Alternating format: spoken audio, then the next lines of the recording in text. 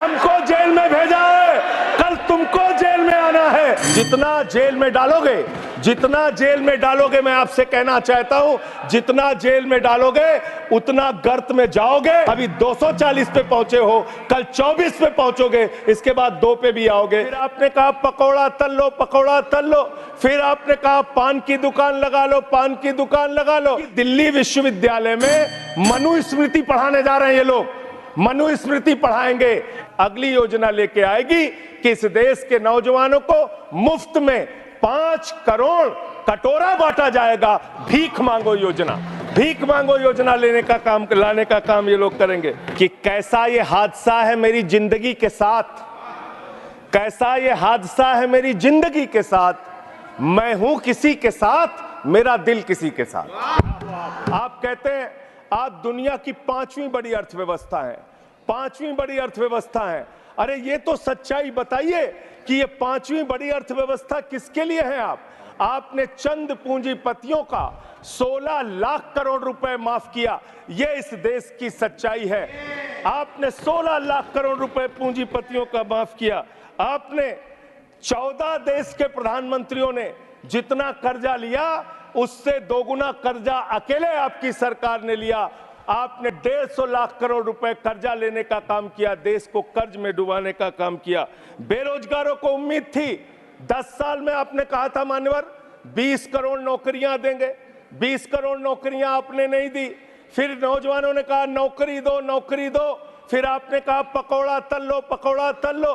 फिर आपने कहा पान की दुकान लगा लो। फिर आपने कहा 4 साल की नौकरी कर लो सेना में, 4 साल की नौकरी। मैं मान्यवर आपके माध्यम से भारत के प्रधानमंत्री से बड़ी विनम्रता पूर्वक पूछना चाहता हूं, देश के प्रधानमंत्री को 73 साल की उम्र में तीसरी बार प्रधानमंत्री बनना है, लेकिन किसान का बेटा नौजवान सेना में 4 साल की नौकरी करेगा, ये भेदभाव क्यों है? मैं पूछना चाहता हूं। अब मुझे लगता है एक ही योजना बाकी रह गई है मान्यवर, वो योजना है कि हमारी भारत की सरकार, आदरणीय नरेंद्र मोदी जी की सरकार अगली योजना लेके आएगी कि इस देश के नौजवानों को मुफ्त में 5 करोड़ कटोरा बांटा जाएगा। भीख मांगो योजना लाने का काम ये लोग करेंगे। मान्यवर इस देश में आपने अर्थव्यवस्था को लेकर कहा 5वीं बड़ी अर्थव्यवस्था है। वो 5वीं बड़ी अर्थव्यवस्था का लाभ किसको मिल रहा है? आपके चंद पूंजीपति मित्रों को, जिसका 16 लाख करोड़ रुपए आपने माफ किया। मान्यवर मैं बड़ी विनम्रता पूर्वक आपके माध्यम से पूछना चाहता हूं, क्या इस देश की अर्थव्यवस्था में रेहड़ी पटरी वालों का कोई योगदान नहीं? जो 10 करोड़ रेहड़ी पटरी वाले पूरे देश में हैं, उनका कोई योगदान नहीं है क्या मान्यवर? वो भी सरकार को टैक्स भरते हैं। आपकी सरकार उनको भी फूटी आंख से देखना नहीं चाहती। आपने रेहड़ी पटरी वालों को कहा अपने नाम के आगे नेम प्लेट लगाओ, हिंदुओं की, मुसलमान, दलितों के पीछे आदिवासी हो, क्या हो ये बताओ। मैं पूछना चाहता हूं आपके माध्यम से सरकार के कहना चाहता हूं, मान्यवर अगर नेम प्लेट लगवाना है तो लगवाइए गले में नेम प्लेट। नीरव मोदी के गले में नेम प्लेट लगवाइए कि 20,000 करोड़ रुपए हिंदुस्तान का वो बाकी है, लगवाइए नेम प्लेट। 10,000 करोड़ रुपए विजय माल्या हिंदुस्तान का बाकी है, लगवाइए नेम प्लेट गले में। ललित मोदी के कि 3,000 करोड़ रुपए हिंदुस्तान का लूट के भाग गया, लगवाइए नेम प्लेट मान्यवर। मैं कहना चाहता हूं नितिन संदेशरा के कि वो 6,000 करोड़ रुपए हिंदुस्तान का लूट के भाग गया, लगवाइए नेम प्लेट। अडानी के कि 2.5 लाख करोड़ रुपए का कर्जा आपने एक आदमी को दे रखा है, लगवाइए नेम प्लेट उन पूंजीपतियों को जिन्होंने हिंदुस्तान की बैंकों को खाली करने का काम किया। मानव कोई अपने ढाबे के आगे अगर वाल्मीकि ढाबा लिखेगा तो आप लोग उसके यहाँ खाने नहीं जाओगे। मैं जानता हूं आपकी मानसिकता।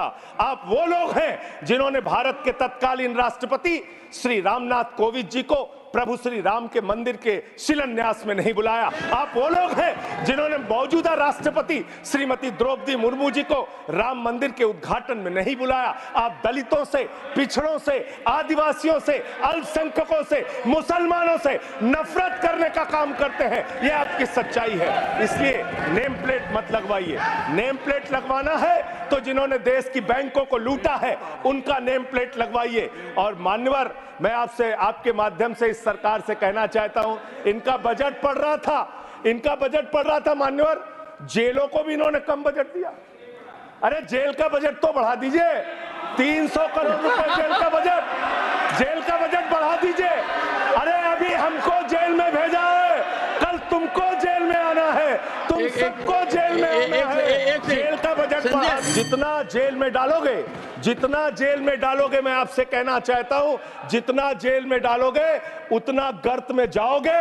जिसने भी ये राजनीति की है उसका समापन हो गया है। अभी 240 पे पहुंचे हो, कल 24 पे पहुंचोगे, इसके बाद 2 पे भी आओगे। मैंने इन लोगों से कहा, शिक्षा से इनका कोई लेना देना नहीं है, शिक्षा से इनका कोई लेना देना नहीं मान्यवर। क्यों लेना देना नहीं है? क्योंकि दिल्ली विश्वविद्यालय में मनुस्मृति पढ़ाने जा रहे हैं ये लोग। मनुस्मृति पढ़ाएंगे कि दलितों के, पिछड़ों के, जिनको आप शूद्र कहते हैं, अगर वो श्लोक सुन लेंगे तो उनके कान में पारा आप कैसे डालेंगे?